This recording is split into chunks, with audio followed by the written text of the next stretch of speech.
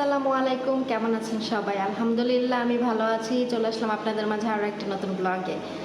তো আজকে ভাবছিলাম যে ব্লগ করবো না, পরে আবার মনে হলো যে না, করি। কারণ যেহেতু হাতে সময় আছে আর রান্না বান্না করতেছি, কাজকর্ম অনেক আছে, তো ভাবলাম যে না, টুকটাকভাবে আপনাদের সাথে শেয়ার করি। আর ওই যে আমার পিছনে দেখেন সব কাচের জিনিস, এগুলা রাখছে হচ্ছে মেহমান আসবে, মানে আমার কফিলের সব বোনেরা আসবে শুক্রবারে বিকেলবেলা। তো আমি ঘরটার পরিষ্কার করছি, সব কাজকর্ম গুছাইতেছি। শুক্রবারে আসবে, আজকে বুধবার, আর একদিন পরেই তো হয়তো বা তারা আসবে, তাদের তো দেখাইতে পারবো না, তবে কি কি হয় সেগুলাই দেখাবো ইনশাল্লাহ, কি কি আয়োজন হয় আর কি। আর ওইখানে কাচের জিনিস সব রাখা হয়েছে, কারণ এগুলো আমি ধুবো আগামীকাল, এগুলো ধুইয়া বিকেলবেলা ধুইয়া পরিষ্কার করে রেখে দিব, যাতে শুক্রবার আর চাপ না পড়ে। আর এখন আমি আপনাদের সাথে আমার রান্নাঘরের পরিবেশটা আমি শেয়ার করব, যে রান্নাঘরে কী অবস্থা আছে এখন, আর কি কি কি রান্না করতেছি, চলেন তাহলে দেখি। তো এখানে যে কাচের গ্লাস বক্সে, তারপরে ওই যে আছে, তারপরে এটার ভিতরে গা হওয়া বানাবো, এই কেটলির ইয়ার ভিতরে কি বলে, যাই হোক মনে থাকে না আমার। এই যে কাপ পিরিচ, তারপরে এগুলোর ভিতরে অনেক বাদাম টাদাম এনে সাজাবে, বাটি, তারপরে এখানে অনেক কিছু আছে। এগুলো আমি কালকে ধুবো, রাতের বেলা ধুইয়া রেখে দিব, রান্নাঘরে ঝরা দিয়ে রাখবো যাতে শুকায় যায়। আর প্লেট প্লেট এগুলো কোনো ব্যবহার করবেন না, কারণ এই যে পার্সেল প্লেট নিয়ে আসছে ওয়ান টাইম ইউজের, এগুলা হচ্ছে ব্যবহার করে করবে, ফালাই দিবে যাতে ধুইতে না হয়। আর এখন রান্নাঘর দেখাই। আমি এখানে সালাদ বানাবো, এর জন্য আমি টমেটো, শসা আর সালাদ পাতা বের করছি, 3টা বেদেনা ফল বের করছি, এটা আমি কাটবো। আর এই যে 5টা কমলা বের করে রাখছি। আর এখানে আমি চাল ভিজায় রাখছি, আজকে মাগবুস রান্না করব। তো মাগবুস রান্না করার জন্য এখানে আমি মাংস কষাইতেছি, অলরেডি আমার কষানো হয়ে গেছে প্রায়। তো আমি এই যে রানের পেস্টগুলো উঠায় রাখছি, কারণ এগুলো সিদ্ধ হয়ে গেছে, বেশি রাখলে আবার হয়ে যাবে, গলে যাবে মাংসের জন্য। তো আমার হয়ে গেছে মাংস কষানো। আলু দিছি দেখেন বড় বড়, আলু অনেক বেশি পছন্দ করে আমার কফিলের জন্য দিলাম। আর এইখানে হচ্ছে মশলা টশলা আছে। তো এখন এই মাগবুসের জন্য ভাত বসাই দিব, থাল বাসন ধুয়ে রাখছি। আর এই যে একটা পাতিলে, পাতিলে হচ্ছে আমি আমার ওই যে চুল টোনার বানাই, তো বানাইতে বানাইতে লাল হয়ে গেছিলো, তো এই পাতিলে আমি ক্লোরক্স দিয়া সাবান দিয়ে পানি দিয়ে ভিজাই রাখছি, একটু পরে ডলা দিব, চকচকে হয়ে যাব। তারপরে এই যে এটা কালকে কিনছে নতুন, এটার মধ্যে এই যে ময়দাগুলো ঢালবো, 4 কেজি, দুই প্যাকেট আনছে রমজান মাসের জন্য। রমজান মাসে যে পিঠা পিঠা বানাই হাবি যাবি, তো এই জন্য আমার ম্যাডাম বললো যে এগুলো রমজান মাসে বানাইতে। তো দাম ছিল না, দাম বলছি কালকে, ম্যাডাম বললো যে নিতে, পরে নিলাম একটা। আর হচ্ছে ফ্রিজ একদম খালি, ফ্রিজে কোনো সবজি টবজি নাই, খালি যে ডিমগুলো গুছাইতে হবে, ডিম ওইয়ের ভিতরে কাচের ভিতরে রয়েছে, এগুলো গুছাবো। সবজি ফ্রিজ খালি। তারপরে যে ভিমটো, এগুলো ফ্রিজে রাখছি ঠান্ডা হওয়ার জন্য, কারণ মেহমানদের এগুলো বানিয়ে দিতে হবে। এই ফ্রিজেও সবজি নাই, খালি খালি কয়েকটা সালাদ পাতা আছে, টমেটো, এগুলা। আর এই ফ্রিজটা আমি তালা মাইরা রাখছি, কেন জানেন? আমি আয়সা রান্নাঘরে আয়সা দেখি, দেখেন এই ফ্রিজও খালি, সবজি টবজি নাই, খালি কয়েকটা আলু আছে। আমি রান্নাঘরে আয়সা দেখি যে ফয়সাল ফ্রিজ খুইলা এই যে এগুলা খাইছে। তারপরে এখানে কেক ছিল, অর্ধেক কেক খাই ফেলছে, তো এর জন্য তালা মাইরা চাবি সরাই রাখছে যাতে আর না খাইতে পারে। তো আমার সাথে আজকে ফয়সাল নাই, কারণ আমার ম্যাডাম ফয়সাল একটু আগে ডাইকে নিয়ে গেছে, এতক্ষণ ছিল, একটু আগে ডাইকে নিয়ে গেল, মানে বাচ্চা ঘুমাইছে, ম্যাডামও ঘুমাবে। ফয়সাল ড্রয়িং রুমে আটকায় রাখবে যাতে দৌড়াদৌড়ি না করে, তাদের ঘুমের ডিস্টার্ব না হয়, এর জন্য ফয়সালে নিয়ে গেছে। আর হচ্ছে ম্যাডাম আমাকে এসে জিজ্ঞাসা করতেছে যে মানে ভীমটোর জুস যে বানাবো এটার জন্য কি বড় নাই, কি বলে জগ, কাচের জগ নাই। তো আমি বললাম যে না আছে, ওগুলো পুরানো, দেখতে সুন্দর না। পরে বলতেছে যে কিনতে হবে, তাহলে মনে হয় আজকে আবার বিকালে যাবে বাইরে কিনতে। আসলে আমার ম্যাডাম অনেক জিনিস কিনে, কিন্তু সংসারের জন্য কি লাগবে এগুলো আর কি বুঝে সারতে পারে না। দেখা যাচ্ছে হাবি যাবি অনেক জিনিস আছে, কাজের জিনিস দেখা যাচ্ছে সময় মতো কাজের জিনিস থাকে না। তো এই যে এখন আবার আজকে হয়তো যাবে, গিয়া কিনা নিয়ে আসবে।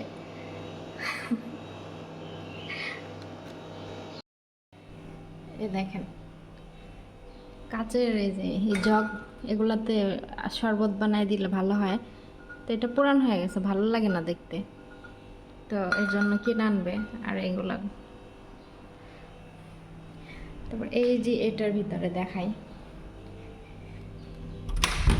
এটার ভিতরে হাবি যাবি অনেক কিছু আছে, কিন্তু এগুলা একটা কাজে লাগবে না এখন, যেগুলো দরকার এগুলা নাই।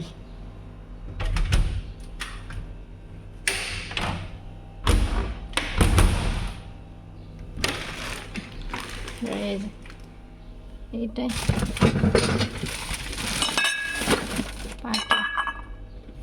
এটা কি আনছে,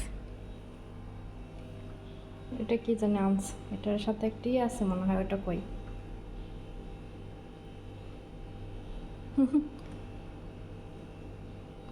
যাই হোক, এটা ঢাকনা, এটা নিচেরটা আছে কই, আছে মনে হয় কোনো জায়গায়। যাই হোক এখন রেখে দিই আমি।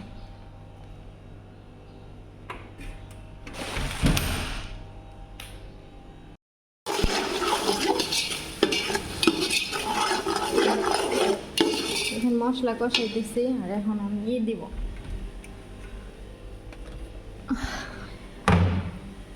লুমি, লেমন লুমি বলে। অনেক আপুরা প্রশ্ন করেন যে শুকনো লেবু দিলে কি হয়। আরব দেশের মানুষ সব তরকারিতে একটু লেবু খায়, তো এই শুকনো লেবুটা দিলে তরকারির মানে খাবারের গ্রান, তরকারি যেমন বিরিয়ানির গ্রানটা ভালো লাগে। এই লেবু সুন্দর একটা গ্রান আছে বুঝছেন। দেখেন এরকম বক্স বই রায়না রাইখা দিচ্ছে, আরও আছে ওইখানে, আরও বক্স আছে, ওইগুলো ভরা। দুইটা বের করে নিলাম, মানে এগুলো এটা গ্রানটা অনেক সুন্দর বুঝছেন। এগুলো তরকারিতে দিলে আলাদা একটা গ্রান হয়। আরব দেশের মানুষ পছন্দ করে, আমাদের বাংলাদেশিরা পছন্দ করবে কিনা জানি না, তবে ওরা পছন্দ করে।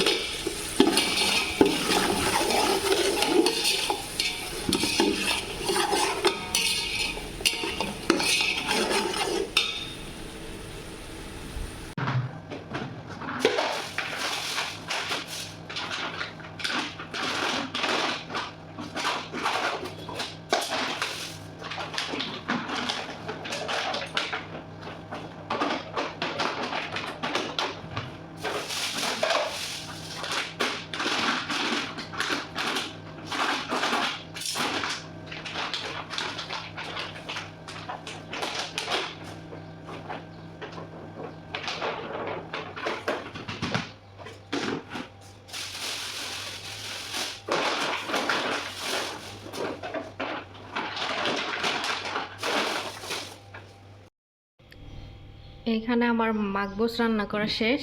এই যে বড় বড় আলু দিছি।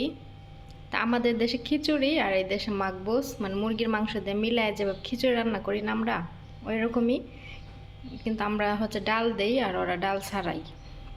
তো রান্না বান্না শেষ। আর এখানে যে সালাদ বানাইছি টমেটো আর শসা দিয়ে। তো এখন থালা বাসন সব ধোয়া শেষ, এগুলো সব পরিষ্কার করে নিছি। এখন ফ্লোরটা মুইসা নিব। এখানে যা ময়দা পড়ছে একটু করতে যায়, আমার মানে কাজ জমা থাকলে একটু ভাল লাগে না। এই কাজগুলো জমা আছে আমার মাথার ভিতরে, মনে হয় বোঝা জমা। এগুলো কবে কালকে করবো ক্লিয়ার হইব, তারপর আমার মাথা ঠান্ডা হইব। কাজ জমা রাখলে ভালো লাগে না। আজকে ধুইতাম, আজকে ধুইলে আবার মনে করেন যে ধুলাবালি পরে আবার নষ্ট হয়ে যাবো, এর জন্য কালকে ধুমো রাতের বেলা। আর এই যে এখন রান্নাঘরে বুঝছেন বিড়াল আসে, এই জানালা দিয়ে ঢুকে বিড়াল রাতের বেলা। তো পরশু দিন ম্যাডাম রুটি কিনে নিয়ে আসছে, এই ওমানি রুটি, তো এখানে রাখছি রাতের বেলা। সকালে উঠে দেখি রুটির প্যাকেট সিরা, রুটি মানে কইরা যেভাবে ইঁদুর খায় না ওইভাবে বিড়ালে খাইছে, পর পুরা রুটি ফালাই দিছি। তো এখন এই যে রান্না বান্না করলে কি বলে, এই যে দরজা আটকায় রাখি, এটা এভাবে আটকায় রাখলে বিড়াল ঢুকতে পারবো না। বাহিরটা একটু আপনাদের সাথে শেয়ার করি।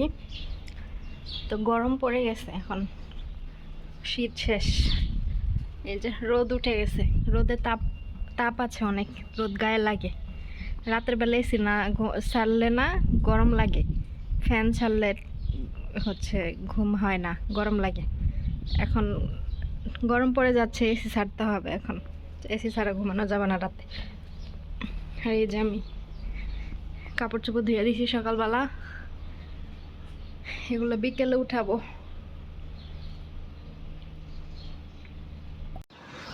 আজকে অনেক বাজার লেখাইতে হবে, সবজি টবজি ফল এগুলা শেষ হয়ে গেছে। আমার কফিলের আজকে মাথায় বাড়ি পড়বে, কারণ উনি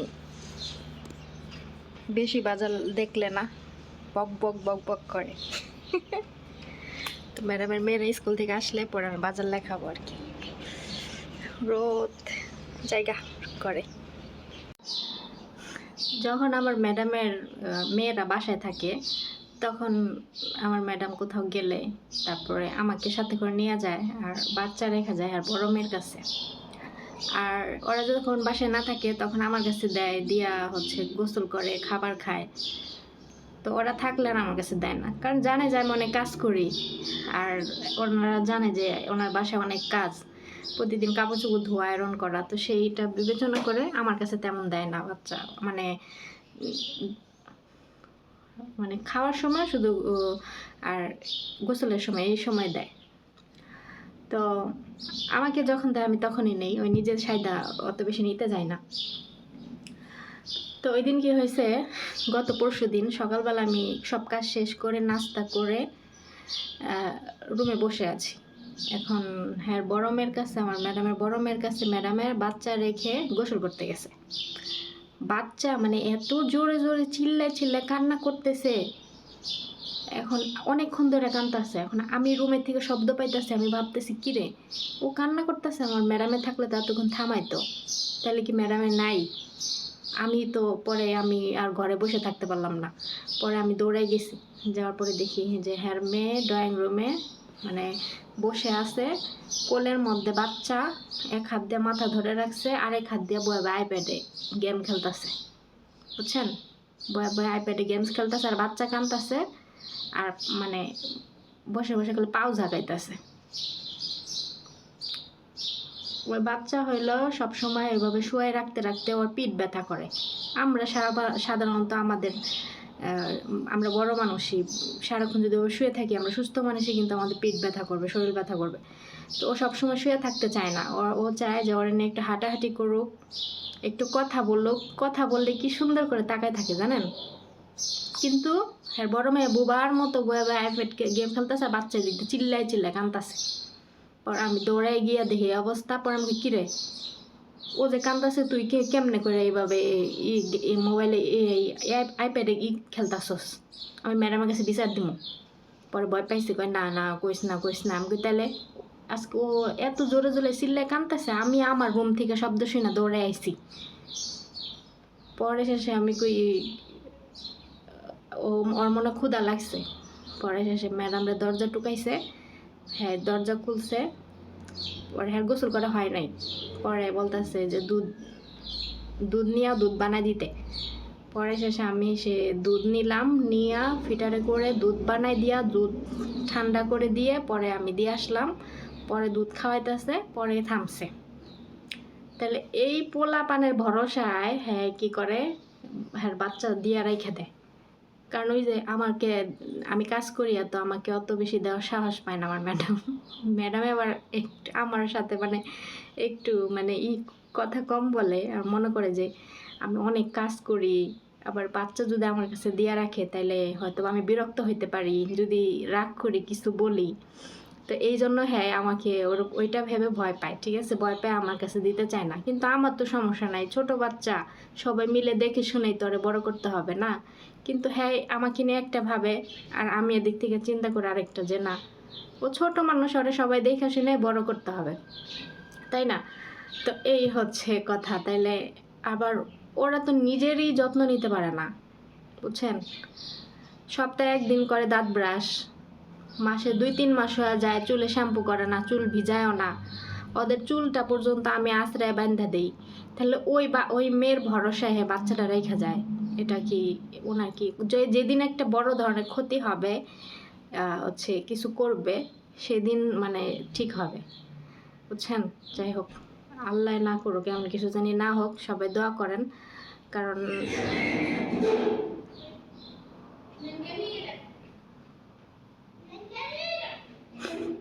বাইরে গেছিল, আইসি কইদিন গেছিল। তো যখন হ্যার মেয়ের ভরসায় রেখা যায়, তখন আমি গিয়া সাইদা কোলে নেই না। কেন জানেন? কারণ ওরা যেমনে হেমনে ফালায় ছড়ায় আর কোলে নেয়, পরে একটা ওর হাত পা হইলো কড়া কড়া, যদি ব্যথা পায় তাইলে পরে কান্নাকাটি করলে কিছু হইলে পরে কইব যে আমি কোলে নিছিলাম, দোষটা আমার ঘাড়ে ফালাই দিব। এর জন্য ম্যাডামে যদি বাসায় না থাকে, হ্যাঁ মেয়ের দায়িত্বে রেখে গেলে আমি গিয়া কোলে নেই না। মাসের কসমেটিক ব্লগ নিয়ে আসলাম আপুদের জন্য, কারণ আপুরা আমার ম্যাডামে অনেক কিছু দেয় কসমেটিক প্রতি মাসে, সেগুলো দেখতে অনেক পছন্দ করেন। তো আমাকে দিছে আরও 2-3 দিন আগে, আপনাদের সাথে শেয়ার করব বলে পলিথিনে এই ব্যাগে রাখছি। তো এখন শেয়ার করে গুছায় রাখবো। দেখি কি কি দিছে, আমিও দেখি না এখন পর্যন্ত কি কি দিছে। প্রথমে এটা সরাই নেই।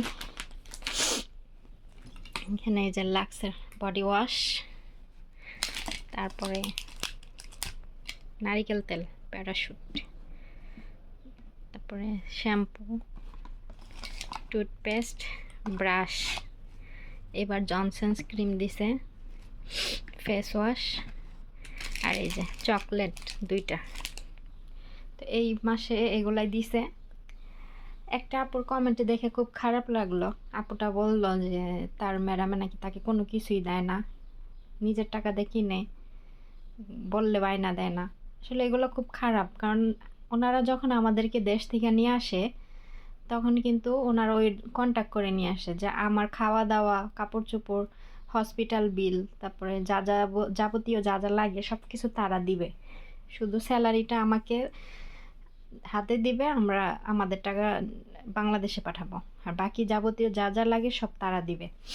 কিন্তু তারা অনেকেই এই কাজগুলো করে না, দেয় না। এগুলো খুব খারাপ, মানুষের ইনসাফ না থাকলে খুব খারাপ এটা। তো যাই হোক, এগুলো আমার ম্যাডাম আমাকে দিছে, আমি এখন এগুলো গুছাই রাখবো।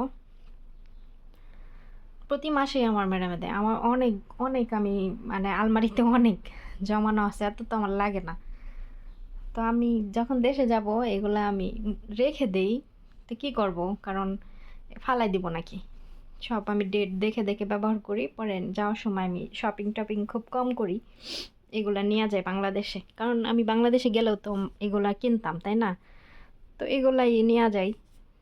একদিন আমার আলমারিটা আপনাদের সাথে শেয়ার করব, যে পুরো একটা দোকান আমার আলমারি।